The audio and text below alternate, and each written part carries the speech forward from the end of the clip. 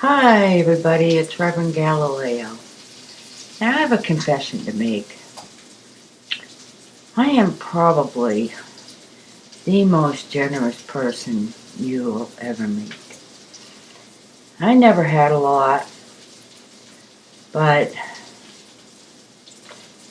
I suppose there's some dysfunction in there. There's some people pleasing. There's the rescuer that I want to save people. I want to save the world. And if you need the money and I have it, and I'm not in I'm fed, I eat, my needs are taken care of. I even have money for an occasional hard lemonade, and I roll my own cigarettes. I'm not extravagant. I really don't take vacations.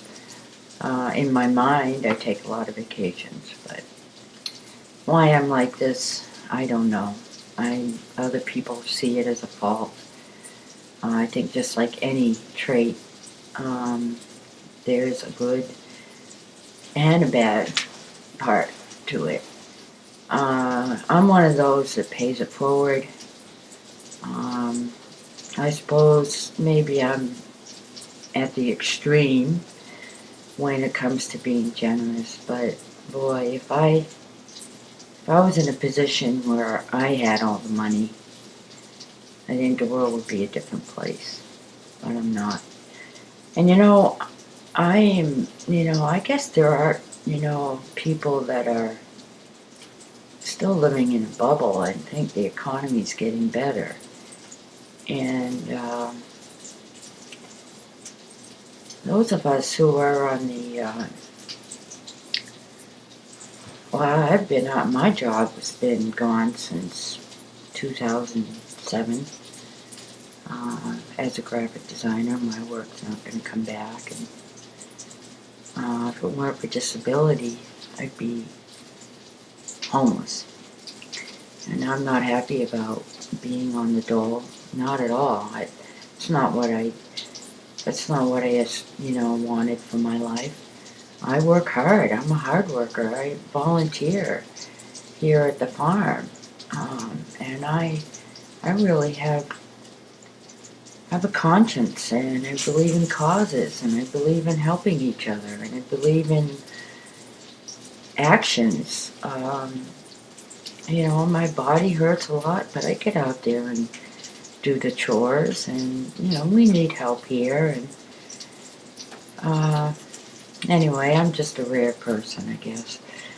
But there are some people that still, and I'm fearful for these people, the ones who have a job, or the ones who have never had to live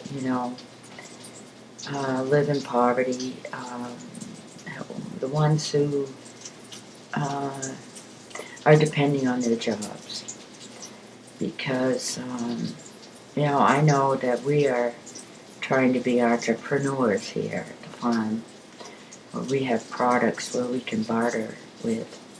So I'm fortunate. I'm actually lucky, and I think everything happens for a reason, and I think that it was a godsend that I um, ended up on disability to give me the time to make a life, and I have a good life today, and I'm grateful for everything that I have. Um, and the other thing is that I'm going to leave one link that I saw where most people don't know, don't have faith in the economy. But I talked to my sister who's been working, and she's in some kind of bubble because she lives in New Hampshire, and she says, "Well, the economy's getting better." She said, "Why don't you come live here and get a job here and stay with me?" And she says, "Oh, we're hiring all the time. We're hiring temps, and I don't know. People think the economy's getting better. Um, I don't think so. But I'm not. I'm panicking about it. I'm taking steps to get myself in a position where I can not just survive but thrive. And to me, it's going back to the old ways. Living in harmony with nature, not exploiting it. And that's where we run into the problems, is where we have the extremes. Where Russell Brand says the word, profit is, making a profit is a filthy word, and then you have the other extreme, Peter Schiff, who's really into capitalism. And I'm sorry, but you both had extremes. There's nothing wrong with profit. Profit as an income that you can live well, yes.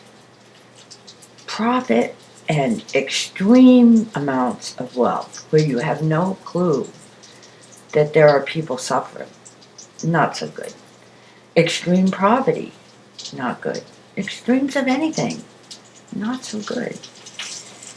And the other thing is, this truth movement, a lot of people, don't listen to people like Alex Jones, etc.